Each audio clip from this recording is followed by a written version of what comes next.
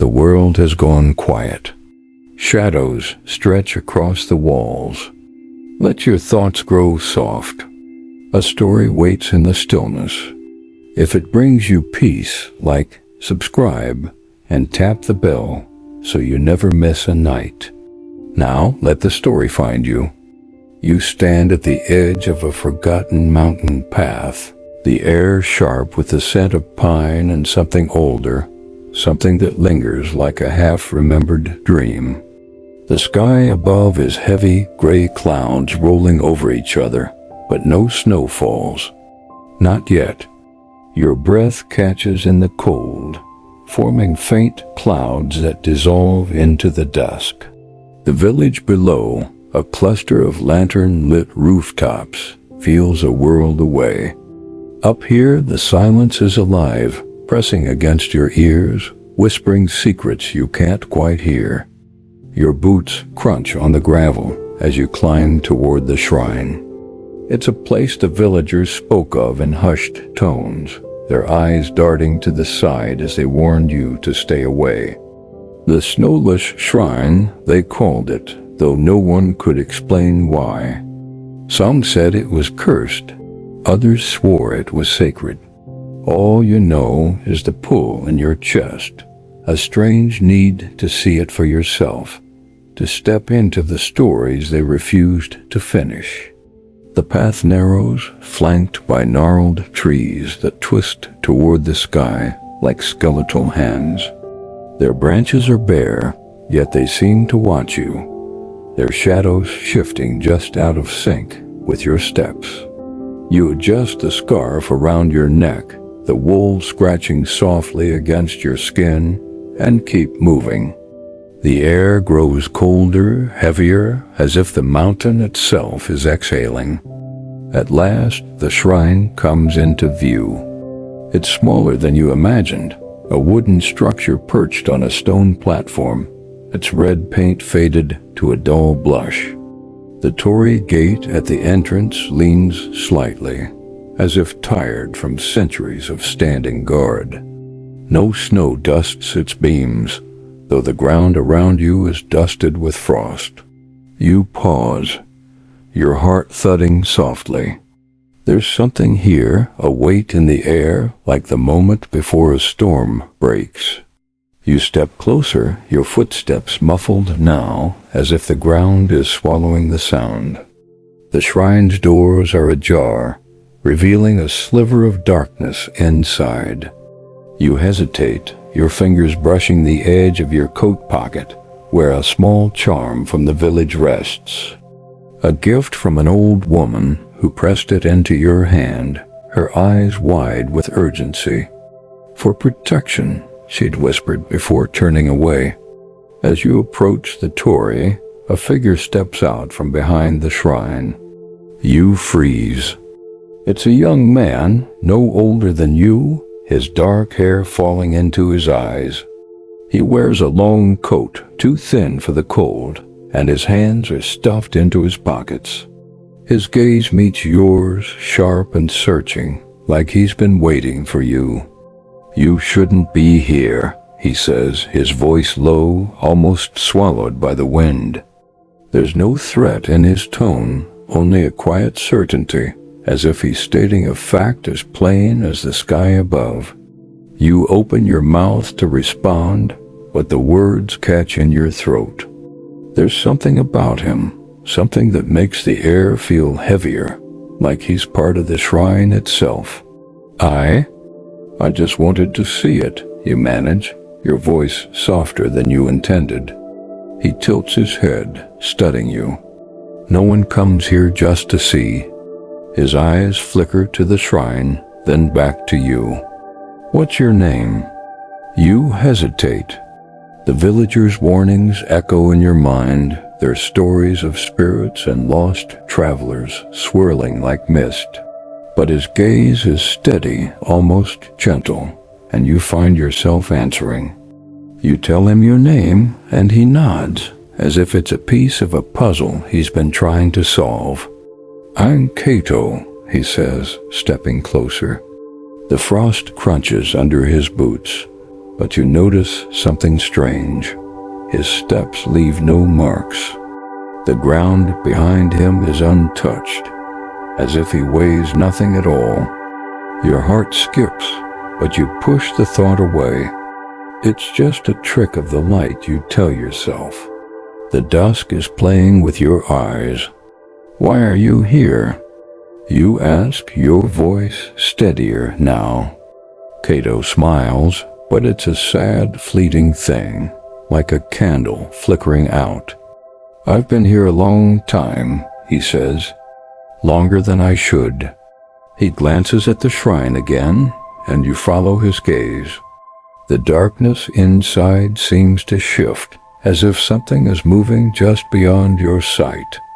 You take a step back, your hand tightening around the charm in your pocket. What does that mean? He doesn't answer right away. Instead, he moves toward the shrine, his coat swaying slightly in the wind. Come inside, he says, his voice soft but insistent. There's something you need to see. Your pulse quickens. Every instinct tells you to turn back, to run down the mountain and forget this place. But there's a pull in his words, a thread that tugs at your curiosity, your need to know. You glance at the shrine's open doors, the darkness within like a promise and a warning all at once.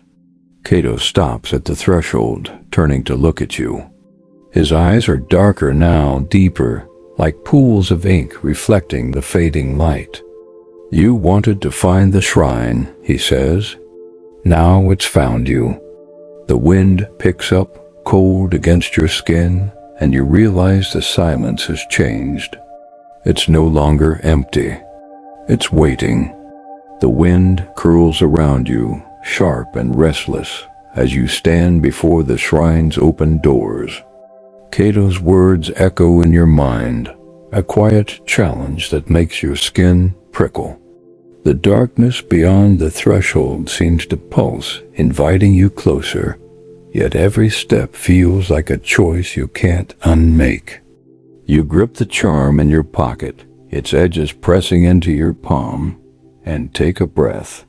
The air tastes of frost and old wood, with a faint sweetness you can't place. You glance at Cato, his figure framed by the leaning torii gate. He's watching you, his expression unreadable, but there's a softness in his eyes that wasn't there before. It's as if he knows something you don't, something he's not ready to share. It's safe, he says, his voice barely above a whisper. For now. You step forward, your boots scraping against the stone platform. The shrine looms larger now, its faded red walls seeming to hum with a quiet energy. As you pass under the torii, a shiver runs through you, not from the cold, but from something deeper, like the mountain itself is holding its breath. Cato follows, his presence a steady weight at your side, though you notice again that his steps make no sound. Inside, the shrine is dim, lit only by slivers of dusk slipping through cracks in the wooden walls. The air is still, heavy with the scent of cedar and something sharper, like incense burned long ago. Your eyes adjust slowly, picking out shapes in the gloom. A low altar draped in faded cloth, a row of small stone statues lined up like silent sentinels, their faces worn smooth by time. At the center of the altar sits a mirror, its surface clouded but gleaming faintly, as if catching light that isn't there. You feel a tug, subtle but insistent, urging you closer to the mirror. You take a step, then another, your heart pounding in a rhythm that feels too loud in the silence. Cato stays near the door, his hands still in his pockets, watching you with that same unreadable gaze. Don't touch it, he says suddenly, his voice cutting through the quiet. You pause, your hand hovering inches from the mirror's frame. Why not? You ask, turning to face him. The mirror seems to hum now, a low vibration you feel in your bones. It's not just a mirror, Kato says, his eyes flicking to the glass, then back to you. It holds things, memories, promises, things that don't let go. You frown, your fingers curling back toward your palm. What kind of promises?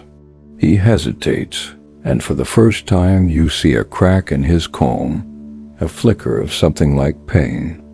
The kind you make when you think you have forever, he says softly. He steps closer, his coat brushing against the floor, though the dust doesn't stir. This shrine, it's not what it seems. It's not a place for the living to linger. Your chest tightens. The villagers' stories come rushing back, tales of travelers who climbed the mountain and never returned, voices heard in the wind. You want to ask more, but the mirror pulls at you again, its surface rippling like water under a faint breeze. You blink, unsure if you imagined it. Kata, you say, your voice steadier than you feel. What is this place? He doesn't answer right away. Instead, he moves to the altar, his fingers brushing the edge of the cloth, though he doesn't disturb it. It's a bridge, he says finally, between what was and what is, between the living and something else. You swallow, the weight of his words settling over you like frost. Something else? He looks at you, his eyes dark and endless. You'll see, he says, and there's a note of sadness in his voice, like he wishes he could say more. Before you can press him, a sound breaks the silence, a soft creak from the back of the shrine. You spin toward it, your pulse racing. The shadows seem to shift, gathering in a corner where the light doesn't reach. You squint, trying to make out a shape, but it's gone as quickly as it came. Did you hear that? You ask, your voice barely a whisper. Kato nods, his gaze fixed on the same corner. You're not alone here, he says, and there's no trace of surprise in his tone, only that same quiet certainty. You take a step back, your hand finding the charm again. Its warmth is faint, but it grounds you, keeps your thoughts from spiraling. Who's here?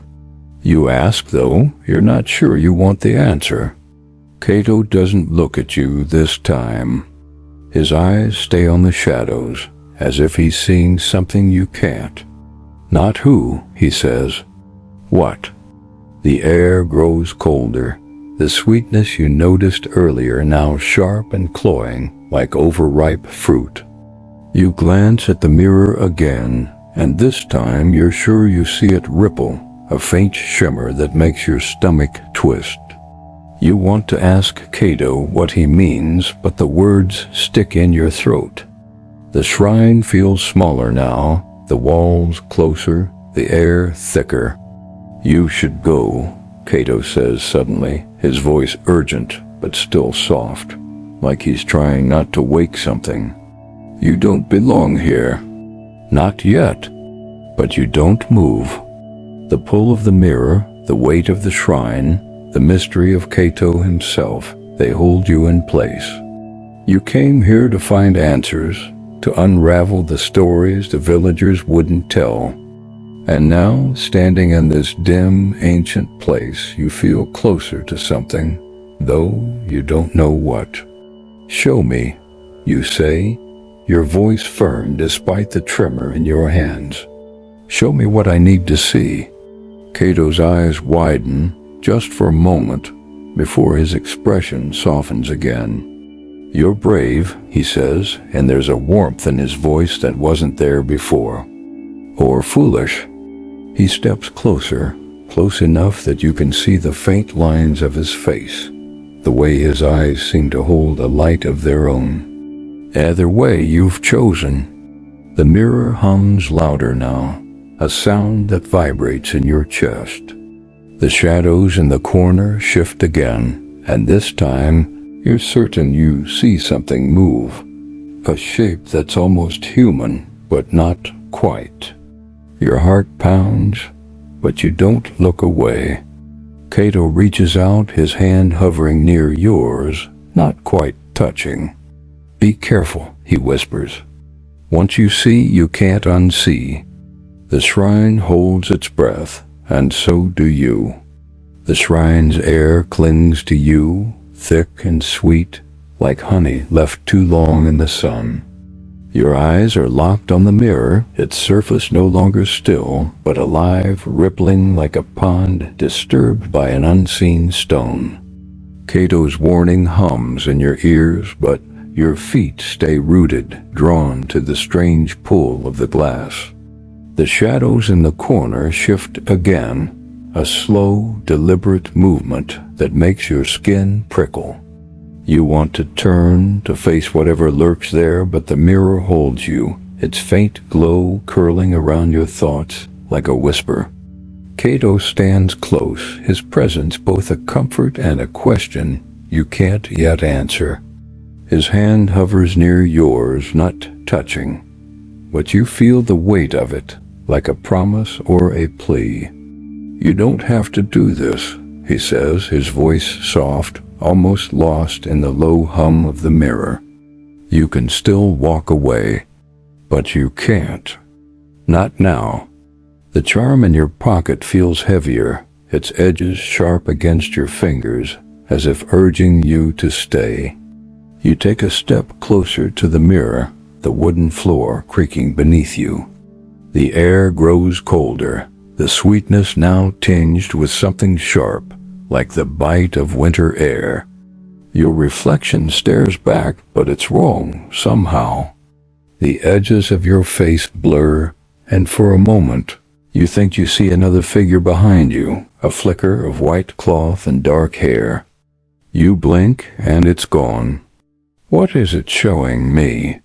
you ask, your voice steady despite the pulse racing in your throat. Cato steps beside you, his gaze fixed on the mirror. "It shows what you carry," he says. "What you've lost. What you're afraid to find."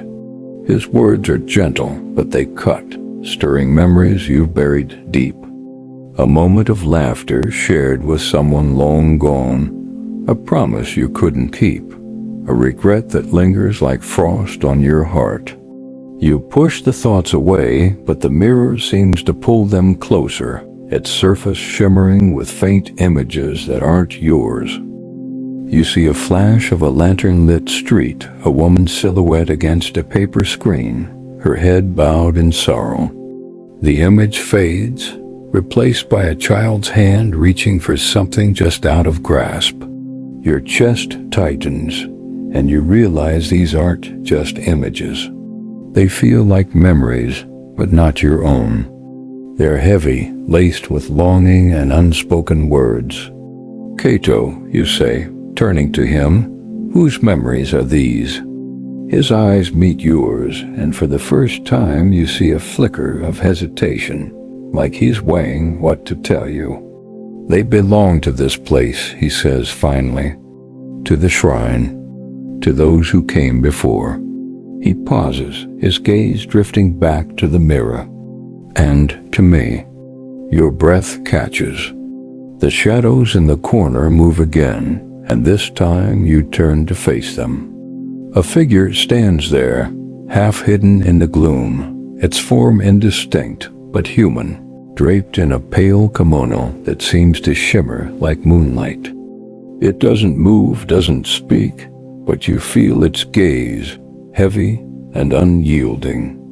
Your hand tightens around the charm, its warmth a faint anchor in the growing unease. "Who is that?" you whisper, your voice barely audible. Cuddy follows your gaze, his expression unreadable. "She's always been here," he says, his voice low, almost reverent. "She's part of the shrine, like the mirror. Like me."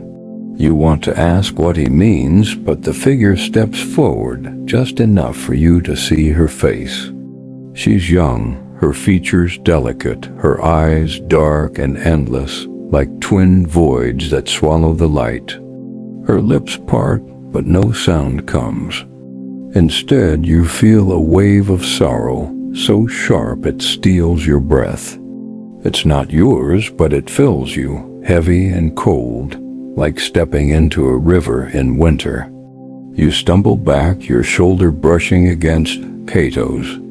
He steadies you, his hand finally touching yours, cool and fleeting, like a breeze. "Don't look too long," he says, his voice urgent. "She'll pull you in." The mirror hums louder now, its vibrations thrumming through the floor into your bones. You tear your eyes away from the figure and back to the glass, where the images shift faster now. A man's face lined with grief, a snowless mountain path, a hand reaching for another that slips away. Each image tugs at you, stirring emotions you can't name, memories you don't own. "Why is this happening?" you ask, your voice trembling now. "What does the shrine want?" Cato's hand lingers near yours, his fingers brushing the edge of your sleeve. "It doesn't want," he says. "It remembers, and it holds on." He steps closer to the mirror, his reflection oddly faint, as if the glass doesn't fully see him. The shrine keeps promises, even when the ones who made them are gone. You feel a pang, sharp and sudden, as if his words have unlocked something inside you. The figure in the corner moves again, closer now, her pale kimono brushing the floor. You don't look at her, but you feel her presence, like a weight pressing against your chest. The mirror's hum grows louder, almost a song now, low and mournful, pulling you toward it. You take another step, your hand reaching out before you can stop it. Kaito grabs your wrist, his grip firm but not painful. "Don't," he says, his voice sharp with something close to fear. "If you touch it, you'll be part of it." "Part of what?" you ask, pulling your hand back, your heart pounding. He releases you, his eyes searching yours. "The story," he says, "the one this place tells over and over." He glances at the figure in the corner, who stands motionless now, her head tilted as if listening. "She's part of it. I'm part of it. And if you're not careful, you will be too." The air grows heavier, the sweetness now almost suffocating. You want to run, to leave the shrine and its strange mirror behind, but your feet won't move. The images in the glass slow, settling on one, a pair of footprints in frost leading toward the shrine, then vanishing. Your footprints, your story. Kato steps between you and the mirror, breaking its pull. "You need to decide," he says, his voice soft again, but urgent. "Stay and you'll see more. Leave and you might still have a chance." The figure in the corner takes another step, her kimono rustling like dry leaves. The mirror hums, and the shrine waits, its silence louder than ever. The shrine's silence presses against you, heavy and expectant, as if the walls themselves are waiting for your choice. Cato's words hang in the air, his dark eyes searching yours for an answer you're not sure you can give. The mirror's hum is a steady pulse now, vibrating through the floor, into your chest, like a heartbeat that isn't yours. The figure in the corner hasn't moved closer, but her presence lingers, a cold weight that makes your skin prickle. Her pale kimono catches the faint light, shimmering like frost, and you feel her gaze, though you don't dare meet it. You step back from the mirror, your hand finding the charm in your pocket again. Its edges are warm, grounding, a reminder of the world beyond this place. But the pull of the shrine is stronger now, a thread wrapped around your thoughts, tugging you toward the glass. The images you saw, the footprints, the fleeting faces, they feel like pieces of a puzzle you're meant to solve. Or maybe a trap you're meant to avoid. Why me? You ask Kato, your voice low, barely breaking the silence. Why am I seeing these things?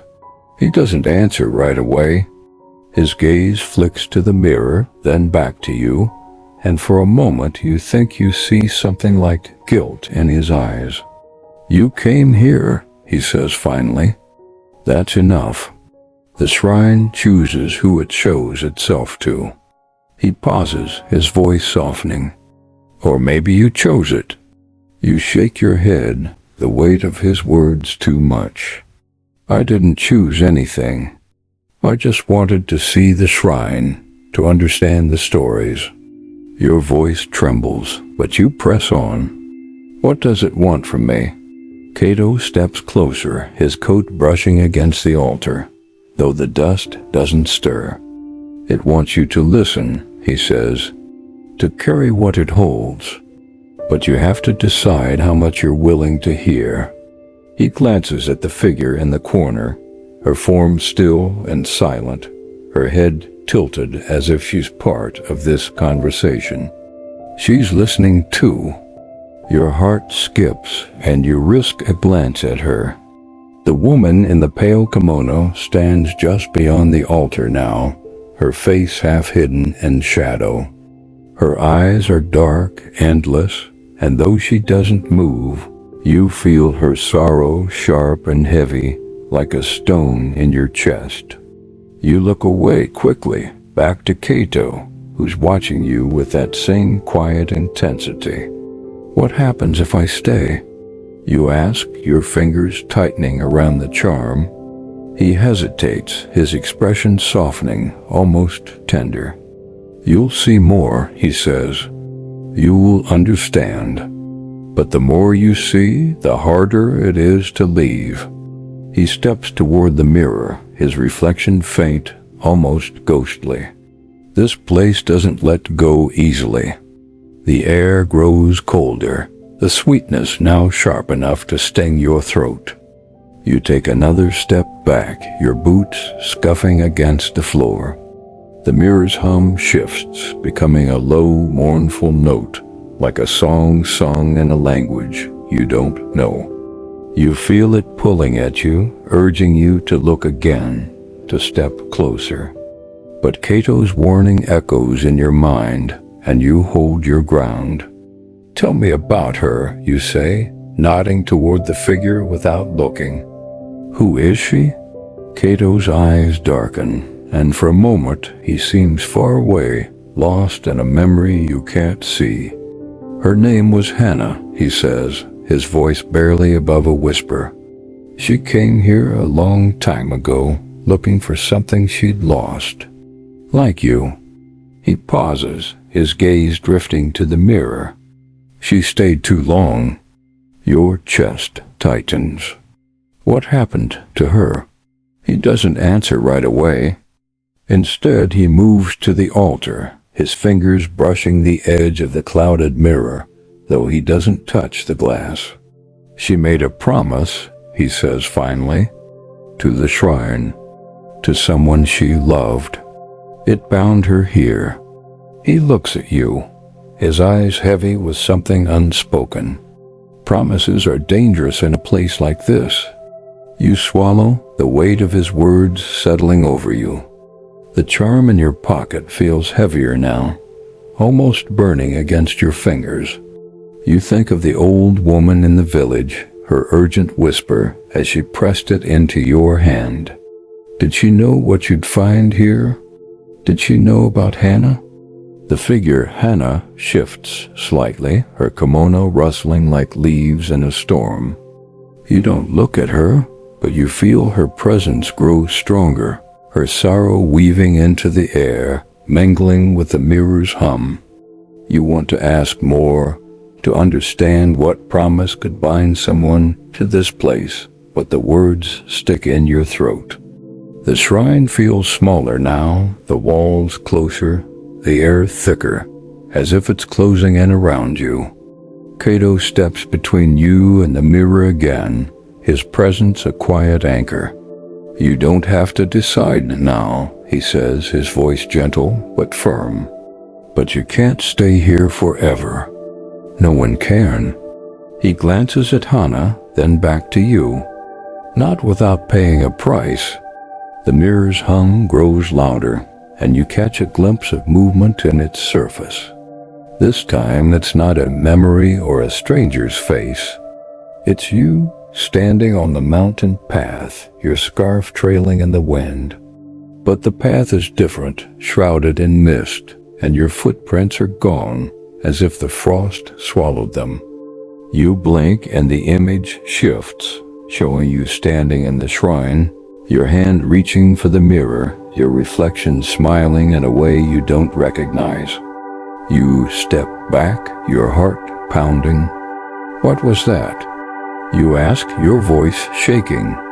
Cato's expression is grim. The shrine is showing you what could be, he says. What might happen if you stay? He reaches out, his hand hovering near yours again, not quite touching. You're still free to choose. But not for long. Hannah moves again, her kimono brushing the floor, and you hear a faint whisper, like a voice carried on the wind. It's not words, not exactly, but it feels like a plea, a call for you to listen, to understand. The mirror's song grows louder, pulling at you, and you realize you're standing closer to it than you meant to, your hand halfway raised. Cato's voice cuts through the haze. Don't, he says, sharp and urgent. Not yet. You pull your hand back, your breath coming in short, shallow gasps. The shrine is alive around you, its walls humming, its shadows watching. Hannah's presence is a quiet ache, Cato's a steady weight, and the mirror is a promise you're not sure you can resist. The mirror's hum is a thread woven through the air, tugging at your thoughts, pulling you closer despite Cato's warning. You stand frozen, your hand still tingling from where you almost touched the glass. The shrine feels smaller now, its walls pressing in, the air thick with that cloying sweetness, and the faint rustle of Hannah's kimono. She's closer, her presence a quiet storm of sorrow that makes your chest ache. You don't look at her, but you feel her, like a memory you've carried without knowing. Cato stands beside you, his gaze steady, but heavy with something unspoken. You're still here, he says, his voice soft, almost a sigh. That's more than most would do. There's a warmth in his tone, but it's laced with worry, like he's afraid of what comes next. His coat sways slightly, though there's no breeze, and you notice again how his steps leave no trace on the dusty floor. You take a shaky breath, your fingers curling around the charm in your pocket. Its warmth is faint now, but it's enough to keep you grounded. I don't understand, you say, your voice low as if speaking too loudly might wake something. What does the shrine want me to do? Why is it showing me these things? Cato's eyes flicker to the mirror, its surface still rippling faintly, though the images have faded. It's not about what it wants, he says. It's about what you're willing to give. He steps closer to the altar, his fingers brushing the edge of the faded cloth, careful not to touch the mirror itself. This place holds on to promises, memories, pieces of people who came before. It's showing you what it holds because you're here, because you listened. You glance at the mirror, its clouded surface catching the dim light. The image of you on the misty path lingers in your mind, your reflection smiling in a way that felt wrong, like it wasn't you at all. That was me in the mirror, you say, your voice trembling. But it wasn't. Right. What does that mean? Cato's expression darkens and he turns to face you fully. The shrine doesn't just show the past, he says. It shows what could be, what you might become if you stay too long. He pauses, his gaze softening. You're still yourself for now, but this place has a way of changing people. A chill runs through you, not from the cold, but from the weight of his words. You think of Hana, her pale kimono shimmering in the corner, her silent sorrow filling the air. Is that what happens? Is that what the shrine does to those who linger? You want to ask, but the question sticks in your throat, heavy and unspoken. Instead, you turn to Kato, your eyes searching his face. You said you've been here a long time, you say.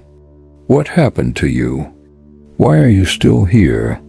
He stiffens just for a moment, and you catch a flicker of pain in his eyes, like a wound that never healed. I made a choice, he says, his voice barely above a whisper. A long time ago. I promised someone I'd stay, that I'd wait. He looks away, his gaze drifting to Hana, who stands motionless, her dark eyes fixed on the mirror. I didn't know what it would mean. Your heart aches at his words, at the quiet regret woven through them. You want to reach out, to touch his arm, to offer some kind of comfort, but something holds you back. His presence feels fragile, like a shadow that might slip away if you move too quickly. Instead, you ask, who did you promise? He doesn't answer right away. The mirror's hum grows louder, a low, mournful note that seems to echo his silence. Hana shifts, her kimono rustling softly, and you feel her sorrow sharpen, like a blade pressed against your heart. You don't look at her, but you know she's watching, listening, waiting. Kato, you say, your voice firmer now. Tell me, please. He takes a breath, though it seems more like a memory of breathing than the real thing. Her, he says finally, nodding toward Hana. I promised her I'd stay, that I'd find a way to bring her back. His voice cracks just slightly, and he looks at you, his eyes dark and endless. But promises here aren't what they seem. They bind you. They hold you. You swallow, your hand tightening around the charm. The air feels heavier now, the sweetness almost suffocating. Bring her back from what? You ask, though you're not sure you want the answer. Kato's gaze drifts to the mirror, and for a moment, you think you see his reflection flicker, like a candle caught in a draft. From this place, he says, from the shrine, from the in-between. He steps closer to you, his voice low and urgent. She was like you once, curious, brave. She came here looking for something, and she found it. But it cost her everything. You feel a pang, sharp and cold, as if his words have stirred something inside you. Hana's presence grows stronger, her sorrow weaving through the air, pulling at you like the mirror's hum. You risk a glance at her, and this time she's closer, standing just beyond the altar. Her face is clearer now, her features soft but etched with grief, her eyes locked on Kato. You see it then, the connection between them, a thread of longing and loss that stretches across time. What did she find? You ask, your voice barely a whisper. Kato's eyes meet yours, and there's a weight in them, like he's carrying the answer alone. Truth, he says, the kind that doesn't let you go.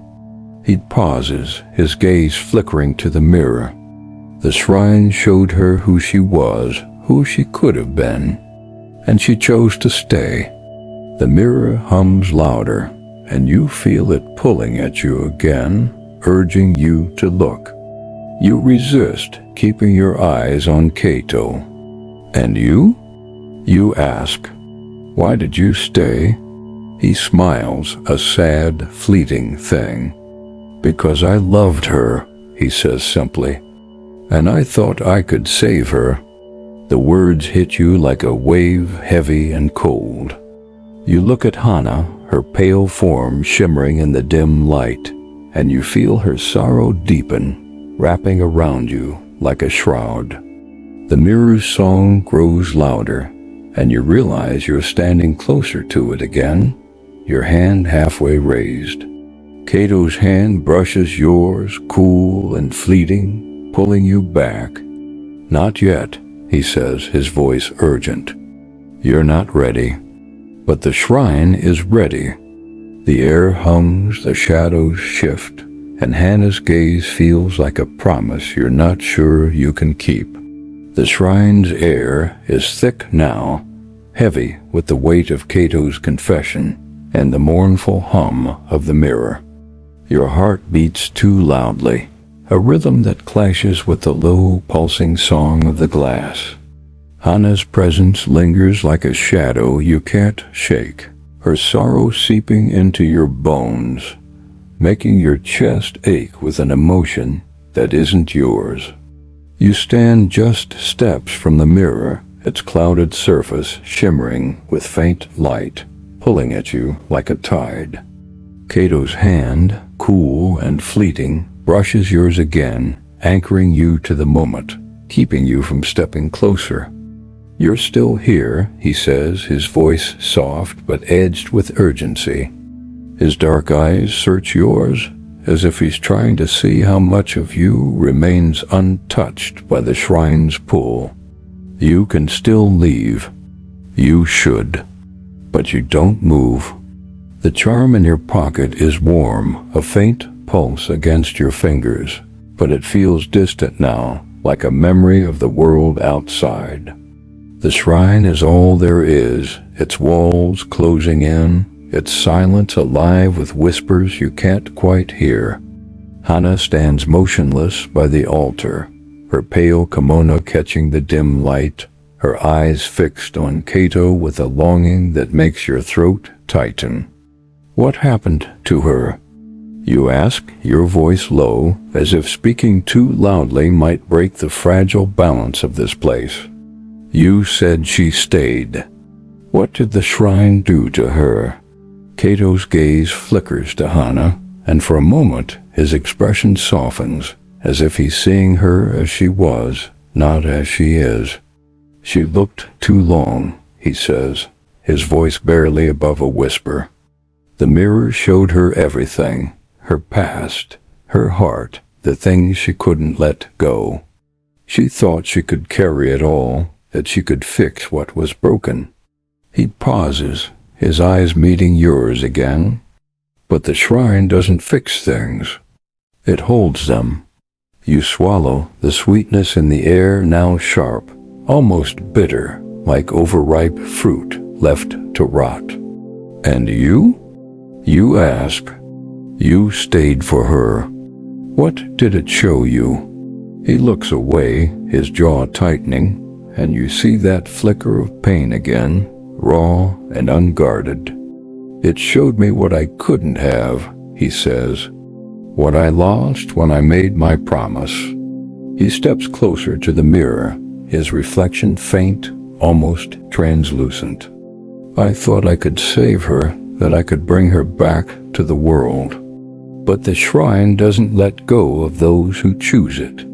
Your heart aches at his words, at the quiet despair woven through them.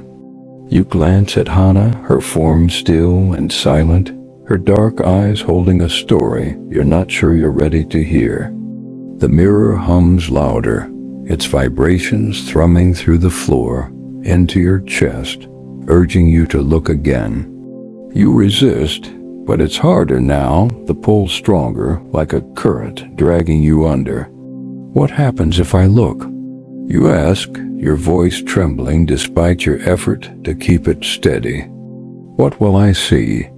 Cato turns to you, his expression a mix of warning and something softer, like regret. "You'll see yourself," he says. "The parts you hide, the parts you've lost. the things you're afraid to face. He steps closer, his voice dropping to a whisper. But it's not just seeing, it's choosing. The shrine will ask you to make a promise like it asked Hannah, like it asked me. You feel a chill, sharp and sudden, as if the air itself has turned against you. The charm in your pocket feels heavier now, almost burning, and you wonder again about the old woman who gave it to you, her urgent whisper echoing in your mind. Did she know what the shrine would ask? Did she know the weight of its promises? Hannah moves, just slightly, her kimono rustling like dry leaves. You don't look at her, but you feel her sorrow deepen, wrapping around you like a shroud. The mirror's hum shifts, becoming a melody soft and mournful, like a lullaby sung to a child who can't sleep. You take a step closer, unable to stop yourself, and Cato's hand grazes yours again, pulling you back. Don't, he says, his voice sharp with fear. You're not ready for what it wants, but you're not sure he's right. The mirror feels like a door now, one that's already half open, waiting for you to step through. You see a flicker in its surface, not your reflection, but something else. A glimpse of a snowless path, a figure walking away, their scarf trailing in the wind. It's you, but different, your face older, your eyes heavy with something you don't recognize. The image fades, but the weight of it lingers like a memory you haven't lived yet. What was that? You ask, your voice barely audible. Was that me? Cato's expression is grim. It's what the shrine wants you to see, he says. A piece of what could be. He steps between you and the mirror, breaking its pull again. But it's not the whole truth. It never is. You take a shaky breath, your hand tightening around the charm. The air is colder now, the sweetness almost gone, replaced by a faint bitterness that clings to your throat. Hannah's presence is stronger, her sorrow a quiet storm that fills the shrine. You risk a glance at her, and this time she's closer, standing just behind the altar. Her face is clearer now, her features delicate but etched with grief. Her eyes locked on you instead of Cato. You feel a pang, sharp and sudden, as if her gaze has unlocked something inside you. What does she want? You ask, your voice trembling. Why is she looking at me? Cato follows your gaze, his expression softening. She sees herself in you, he says. Someone who came looking for answers. Someone who might make the same choice. He pauses, his voice dropping to a whisper. She wants you to understand. The mirror's melody grows louder, pulling at you, and you realize you're standing closer to it again, your hand halfway raised. Hannah's sorrow is a weight now, heavy and cold, and you feel it mixing with your own, stirring memories of your own losses, your own regrets. You want to look away, to run, but the shrine holds you, its silence louder than ever. Cato's hand brushes yours again, cool and steady. You can still choose, he says, his voice urgent but gentle. You can walk away, but you have to do it now. The mirror hums, Hannah watches, and the shrine waits, its walls alive with the promise of truth you're not sure you can bear. The shrine's hum is a living thing now, a pulse that weaves through the air, wrapping around your thoughts like a thread you can't untangle. The mirror glows faintly, its clouded surface rippling with shadows that seem to move just out of sight.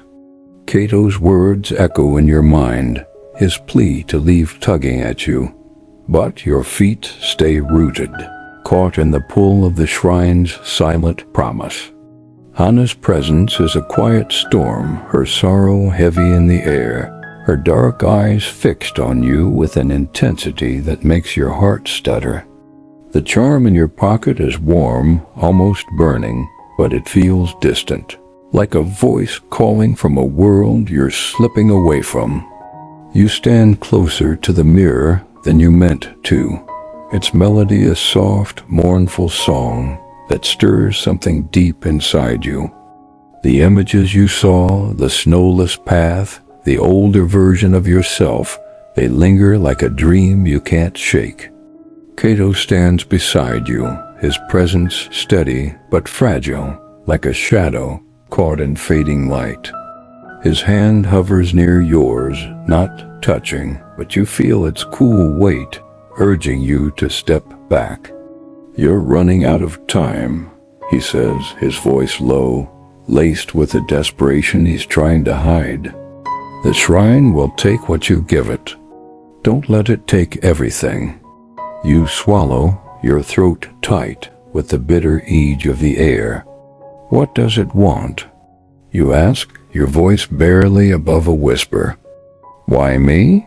Cato's eyes meet yours, and for a moment you see something raw, something human, beneath his quiet calm. "It wants what it always wants," he says. "A story, a promise, someone to carry what it holds." He glances at Hannah, her pale kimono shimmering in the dim light, her gaze still locked on you. You're here because you chose to come. But now it's choosing you. Your chest tightens and you feel the mirror's pull grow stronger. Its hum melody that seems to know you, to call your name. You want to look away to break free, but the images in the glass are clearer now, flickering like memories you've buried. You see a moment from your past, a day you thought you'd forgotten, a hand you let go of, a promise you couldn't keep. The pain of it is sharp, cutting through the haze, and you realize the mirror isn't just showing you. It's asking you to feel. You take a step back, your boots scuffing against the wooden floor. "This isn't right," you say, your voice trembling. "These aren't my memories." "Not all of them." Cato nods, his expression grim. "The shrine mixes things," he says. "Your story, hers, mine. It weaves them together until you can't tell where one ends and another begins." He steps closer, his voice dropping to a whisper. "That's how it holds you. That's how it held us." You glance at Hannah, her form still and silent, her eyes endless pools of grief. You feel her sorrow now, not just as a weight, but as a story, a life cut short by a choice she couldn't undo. You want to ask her, to hear her voice, but the mirror's hum drowns out everything, pulling you back to its glow. You see another image, this one clearer. You, standing in the shrine, your hand on the mirror, your reflection smiling with eyes that aren't yours. The image shifts, and you see Cato beside you, his face etched with regret, and Hannah, her kimono trailing into shadows that stretch beyond the glass. "What happens if I touch it?" you ask, your voice shaking. "What will it take?" Cato's hand brushes yours, cool and fleeting, pulling you back from the edge. "It'll take what you offer," he says. "Your heart, your memories, your promises, and it'll give you something in return." He pauses, his eyes searching yours. Truth, but not the kind you can live with. You feel a pang, sharp and cold, as if his words have unlocked something inside you. The charm in your pocket burns now, a reminder of the world outside, of the old woman's warning, of the life you still have. But the shrine is stronger. It's pulled a tide you're struggling to resist. Hannah moves just slightly, her kimono rustling like a whisper, and you feel her sorrow deepen, wrapping around you like a shroud. "I don't want to be like her," you say, your voice barely audible. I don't want to be trapped. Cato's expression softens, and for a moment he looks almost human, almost alive. Then don't choose it, he says. Don't make a promise you can't keep. He glances at Hannah, his eyes heavy with a grief that matches hers. We did. And we're still here. The mirror's hum grows louder, its melody a song of longing and loss, pulling at you with a force you can barely resist. You see another image, this one fleeting, a snowless path, your footprints fading into frost, a figure waiting at the edge of the mountain, their face hidden. Your heart aches and you realize the shrine is offering you something, a chance to see, to know, to understand. But at what cost? You take another step back, your hand tightening around the charm. The air is colder now, the sweetness gone, replaced by a faint bitterness that clings to your throat. Hannah's gaze is heavier, her sorrow a weight you can't shake. You want to ask her what she chose, what she promised, but the words won't come.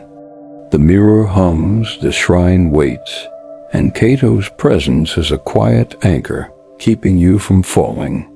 You can still go, he says, his voice gentle but urgent. You can walk away, but you have to do it now, before it's too late. You look at the mirror, its surface rippling with shadows, with truth you're not sure you're ready to face. You feel Hannah's sorrow, Cato's regret, the shrine's endless hunger. The charm burns in your pocket, a reminder of the world beyond. But the shrine is here, now, its song filling your heart with a promise you're not sure you can refuse. The shrine's song is a tide now, pulling at your heart, your thoughts, your very breath. The mirror hums with a melody that feels like it's always been inside you, a longing woven into your bones. Its clouded surface ripples, showing glimpses of you, of Hannah, of Cato, all tangled together in a story that's not yet finished.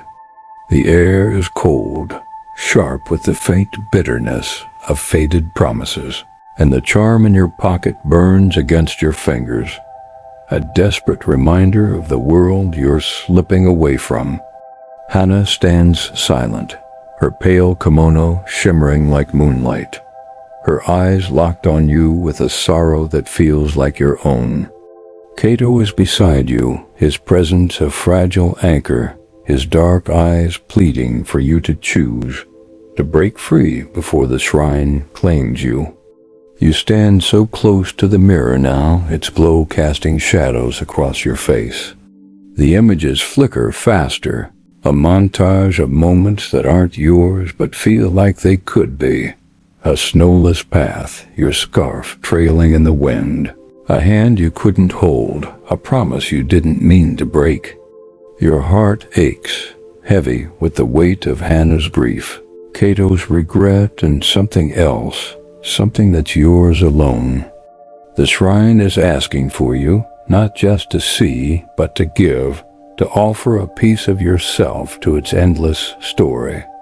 Don't, Cato says, his voice sharp, cutting through the mirror's song. His hand grazes yours, cool and fleeting, pulling you back from the edge. You're still you.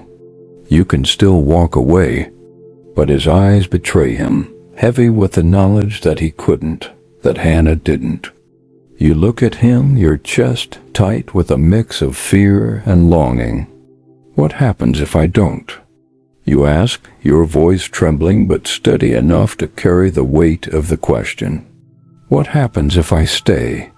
Cato's expression softens, and for a moment he looks almost alive, his face etched with a tenderness that makes your heart stutter. You'll become part of it, he says. Like her, like me.